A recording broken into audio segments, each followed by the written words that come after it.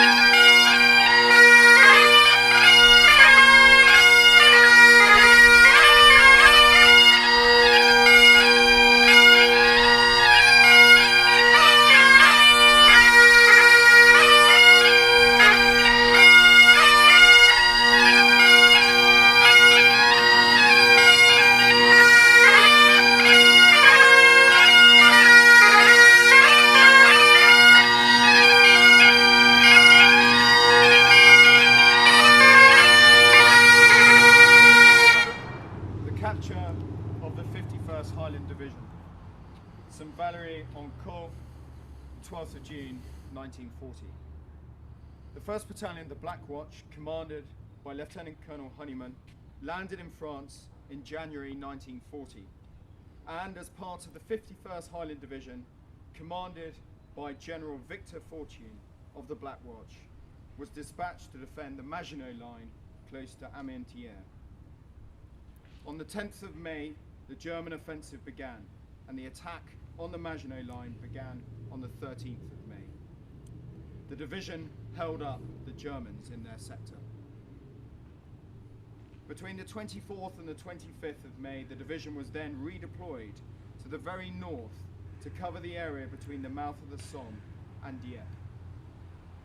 The division was now split from the British Expeditionary Force through the German Blitzkrieg and was under the command of the French 9th Corps.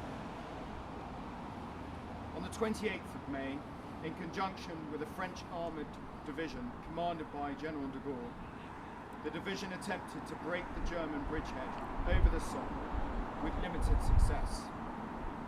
This French armoured division was then transferred elsewhere, leading the 51st Highland Division with no heavy armour. The Germans attacked in force, with infantry, tanks, artillery and aircraft. On the 5th of June, where the battalion had a 6-kilometre frontage, the division was forced to withdraw. Thereafter, the division withdrew in contact, heading towards Le Havre, all the time with air superiority to the Germans and being harried on the ground during daylight hours, with short summer nights giving limited opportunity to break clean. Reports early on the morning of the 10th of June about the German advance made it clear that the 51st Highland Division was being cut off, and the opportunity to evacuate through Le Havre was increasingly unlikely. General Fortune therefore decided to evacuate through St. Valery. This news reached the Navy at about 0400 hours on the 10th of June, and the preparations began. St. Valery was a small town and far from ideal port for such an operation, but there was no alternative. A box was drawn around the town, with the 2nd Seaforth St. Gordons and 4th Camerons to the west, and the 4th Seaforth Gordons and 1st Battalion the Black Watch on the eastern side. The French were due to take up the bottom or the south side of the box, but until they arrived, the Lothians, Norfolks and 6th Battalion, the Royal Scots Fusiliers, covered that gap. The division was in position early on the 11th of June, but the perimeter was never fully established.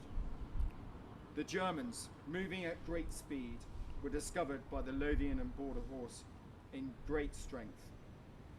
The Germans pressed the line from the west, along the coast and the southwest.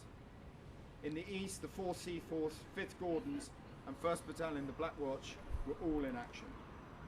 General Fortune issued the following directive to commanding officers at 10 o'clock on the 11th of June. The Navy will probably make an effort to take us off by boat. Perhaps tonight, perhaps in 2 nights. I wish all ranks to realise that this can only be achieved with the full cooperation of everybody.